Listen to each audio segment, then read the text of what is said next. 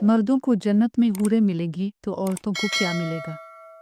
इसके अलावा जन्नत में कन्वारी फौत हो जाने वाली लड़की किसकी बीवी बनेगी? ये एक ऐसा सवाल है जो आजकल बहुत ज़्यादा देखने को मिलता है। ख़वातीन ही नहीं, अक्सर हमारे भाई भी ये सवाल करते नज़र आते हैं। उन्हीं सवालों का जवाब आज हम आपको बताने जा रहे हैं। नेक औरत अगर शादीशुदा है तो जन्नत में अपने जन्नती शौहर के साथ रहेगी और शौहर को मिलने वाली हूरों की सरदार होगी। और अल्लाह तबारक व तआला इस औरत को उन सब से हुसैन व जमील बनाएगा और वो मियाँ बीवी आपस में टूटकर मोहब्बत करने वाले होंगे।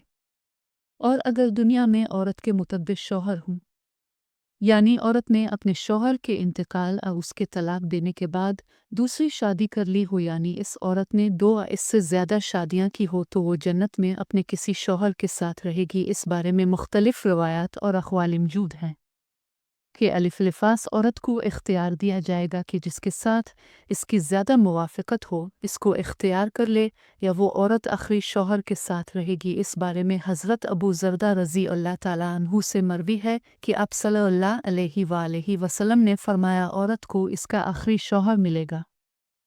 इसी तरह एक और मकाम पर बयान हुआ कि औरत इस शौहर के साथ रहेगी जिसने दुनिया में उसके साथ अच्छे अखलाक का बर्ताव किया होगा, और वो शौहर जिसने औरत पर जुल्म किया होगा, इसको तंग किया होगा, वो इस औरत से महरूम रहेगा। हज़रत सलम रज़ी अल्लाह ताला अन्हा की एक रवायत में है कि उन्होंने अब सल्लल्लाहु अलैहि वसल्लम से पूछा, किसी के 2 शौहर हों तो जन्नत में किसके साथ रहेगी?